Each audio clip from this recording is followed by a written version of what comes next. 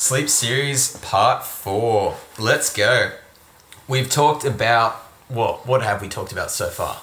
We have talked about sleep patterns, or like the sleep circadian rhythm, sleep pressure, with the adenosine kind of molecule or chemical or whatever you want to call it. Then we talked about the stages of sleep, and we kind of covered in the third part, we went over some of the benefits of sleep, which I'm sure we'll go through later when we start to talk in depth about dreaming. But let's move now to some of the negative effects, and I think we might be talking about this for a while because, well, there's a lot of them. And let's start off with one of the most common ones that I think pretty much everyone can understand and has definitely experienced in their life, which is a lack or, a reduction in concentration and ability to focus on things. So pretty much they did a study or whatever, whoever they is, scientists, science people, they did a study and they sleep deprived a group by a few hours.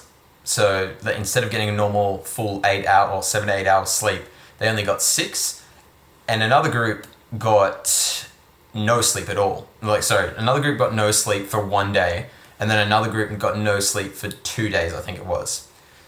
Now, after about 4 to 6 days of only getting 6 hours sleep a night, what they found was you have the same focus and concentration levels as someone who hasn't had sleep for a whole day.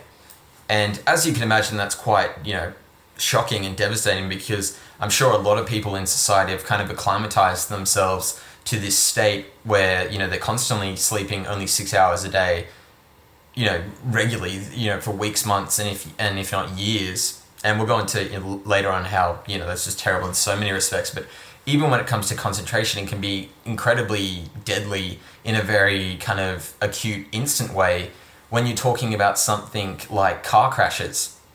So fatigue-related, car crashes and car fatalities is the number one biggest killer on the roads. It's bigger than drugs and, alcohol and drugs combined. And the author goes into detail and explains, look, definitely alcohol and drugs are terrible and you shouldn't take those, you shouldn't take them while you're, operating a motor vehicle. But the difference that makes sleep-deprived fatigue even worse, because what happens is you can have these micro sleeps where you literally drop out of consciousness for, a couple seconds, and that's why it's called micro sleep, where, for 4 to 5 seconds, you are literally not even awake. And what he says is why it's so much more dangerous than something like alcohol or drugs, not saying that those aren't dangerous while operating a motor vehicle, is that although alcohol, slows your reaction times and, slows your ability to quickly turn the wheel to, move out of oncoming traffic, because let's say you've, swerved onto the oncoming lane.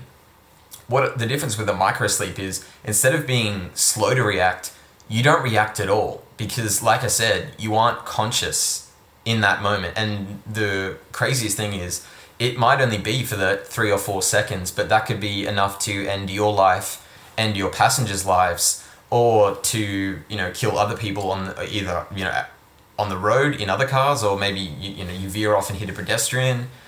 All sorts of different, ways that can go really horribly wrong in so many ways. And even worse is like I said, there was that group that had 2 days without sleep. What they found was if you were reduced to 6 hours of sleep a week, 6 hours of sleep a day, and you did it for around about 11 to 12, or like 11 to 13 days, you were just as bad as someone who had no sleep for 2 days. So you can see how it eventually becomes this like compounding thing where, each single day where you're not getting a good sleep, you're slowly adding on to this level of fatigue, which is going to cause you, could cause, an accident or a major incident on the road, which, like I said, could kill you or someone else, which is probably not something you want. And look, I think that's a first one. And and then you can just go into like general stuff that isn't as, mortality related when we're talking about deaths and stuff like that. Just even the inability to pay attention at work or at school or whatever you're doing, or just throughout the day, is, obviously going to impact your productivity. And this being a kind of self-development channel, productivity is what it's really all about in many respects. And if you're not getting enough sleep, you're just not operating at the level you could be, because you quite literally just can't pay attention because you don't have the, concentration. So I think that kind of covers that kind of first one. It's just a really basic, quick cover of that one. And I think it's something everyone can kind of intrinsically understand. Moving on to the next one, and I think this is another one where you can kind of intrinsically understand it because you've probably experienced it, multiple times throughout your life, is that you also become a lot more emotionally charged, and emotionally fragile and irritable, if you know what I mean. So what happens there is your amygdala, which is your kind of control, your brain controller for the fight or flight response, kind of gets a more free rein, because the prefrontal cortex, the thing in the front of your brain, like the command center, the thinking, the thing that kind of regulates the other functions of the brain, it becomes, its effect becomes a lot more muted, and it gets dulled by a lack of sleep. And then that allows negative emotions to come more to the front, because your amygdala becomes more inflamed, or however you want to put it. It just becomes more overcharged and active. So if you've gone a day or so with really bad sleep, you can small little minor things that in normal instances where you're well rested wouldn't annoy you or wouldn't piss you off. End up when you're sleep deprived, making you incredibly irritable and angry, and makes you potentially yell at someone, or that in circumstances where you not normally would. And it makes you think, in this modern society that we live in, and how many people go without a full night's sleep. You can just think about the number of interactions where people really annoy someone else, even unintentionally, and it's not really that the person couldn't handle it, it's just that they weren't in the correct mental space, because they haven't got enough sleep to deal with what normally wouldn't be a thing, but because they're in that space, they just react to it.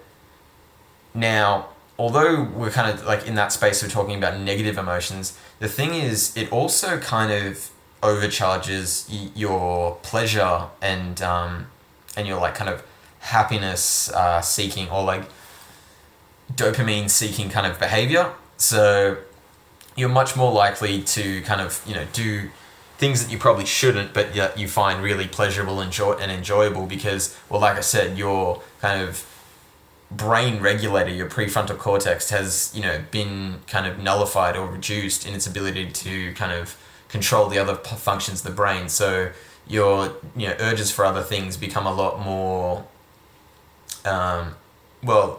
a lot more problematic.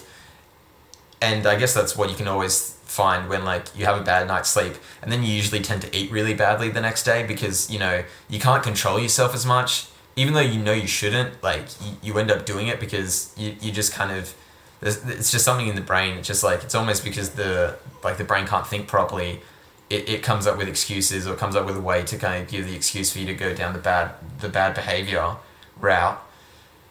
Now, moving on to the third point for today, and we'll kind of cap it here, just because, trust me, I'll be here for like an hour if we were just going to go through one by one. So I think we're going to have to break them up a little bit. But the next one is kind of mental illness. Now, sleep seems to be associated with mental illness, in the sense that anyone who has a mental illness, be that Alzheimer's, dementia, bipolar, whatever it necessarily is, or borderline personality disorder, they tend to have it usually tends to be also connected. They usually tend to have some sort of sleep related affliction, either that be like sleep apnea or insomnia, something along those lines. Like it might not be one of those specifically, but they tend to have some sort of issue with their sleep. Now, the two of them kind of, and I think a good example is to probably use the one he uses in the book, where he talks about bipolar people. And the thing about bipolar is they have these stages where they're completely depressed, but then they also have these other stages where they're what's known as manic, which is where like they're unbelievably happy and everything is amazing for them. But in between those two kind of ends of the spectrum, they also have like these interval periods in between where it's kind of like just mellow and neutral. What researchers found out was that when people who have bipolar disorder got a reduced amount of sleep, either like 5 or 6 hours, even just reducing the normal amount of sleep by an hour or two, it pretty much always followed, 99% of the time, it would always follow that the next day they would go from that neutral state of being pretty calm and balanced, and they would then go experience an episode the next day where they would either be completely manic and incredibly positive, or they would be entirely depressed and just completely defeated. And it was just like a tit for tat thing. It was like almost like you could just call it every time, because it just seems to be this like kind of spark trigger for it. And I think that's how he actually refers to it, as a trigger for these bipolar episodes, and just can show you how that these diseases are greatly linked. And we'll actually talk about it further in a later video. But poor sleep can actually build up to poor sleep throughout your life can build up to really negative effects later in your life. Not just also with your like health, but also with your mental health as well, which is something that we all need to and understand is a really important thing. It's important to take care of yourself physically, but also with your mental health, it's incredibly important that you're managing that as well. And if you're not giving yourself the right amount of sleep, then you're really doing yourself no favors, and actually in the long run, you'll be doing yourself incredible damage that, unfortunately, like I said really early in the series, is irreversible. Like once you do the damage, it's kind of there. So don't be despaired about that and be like, oh my god, this explains so much and this is why my life is all ruined. Take it as something to go, okay, this is something we need to fix, and this is something we will kind of like work on and fix as we go through the series, where we will kind of tackle on, okay, here's the positives, here's the negatives, but also, here's how you can go about getting better sleep. So just to kind of wrap it all up, it seems, based off all the research, and this is what the author talks about, is that mental health issues and mental diseases seem to be really linked, or seem to be linked with poor sleep. And it seems to be a two-way interaction. Like each one makes the other worse. Like having mental health issues then causes you to have also kind of makes you have bad sleep, but also having bad sleep can kind of also be linked and possibly lead to mental health issues. And like I said, we'll go into further detail in later weeks. But just as I'm reading this more and more, it's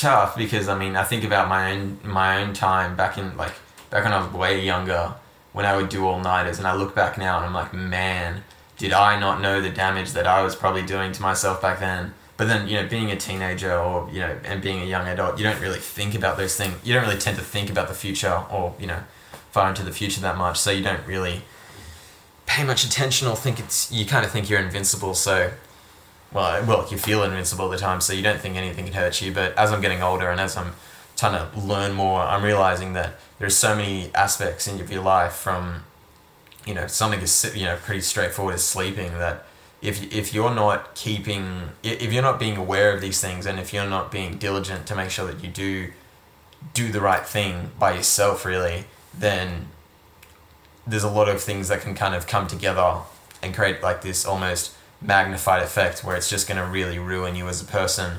So bit of a down in this one, but we're going through the negatives, so of course it was always going to be one. But I think if anything, it is a positive in some respects, because it keeps us informed about what the dangers and what the risks are. And I think being informed about that actually helps us to make better decisions. And I'm hoping that's what this series kind of does, because I feel even in my own experience just over the past couple of weeks doing this and, doing this series and also reading this book, I feel like I am now moving, now that I'm more conscious, I am now moving to a more balanced and, fuller sleep cycle. And I can, even in its early stages, tell you that I do feel better. Not saying that I wasn't getting not saying that I was staying up all night or doing only having 5 hours sleep, but being able to build a more consistent and, like I said, fuller sleep cycle, I think has had its benefits, and I've even noticed them over the past weeks. So I think it's something that we should also be trying to do. And I do still recommend buying the book and having a read for yourself, because I'm only covering as much information as I can in these videos. But obviously, like with everything, the book's obviously going to have way much more information, and I can't synthesize it all for you. So I definitely do recommend go and get it. I think it's called Why We Sleep. Yeah, that's it. Why We Sleep. So yeah, see you next week.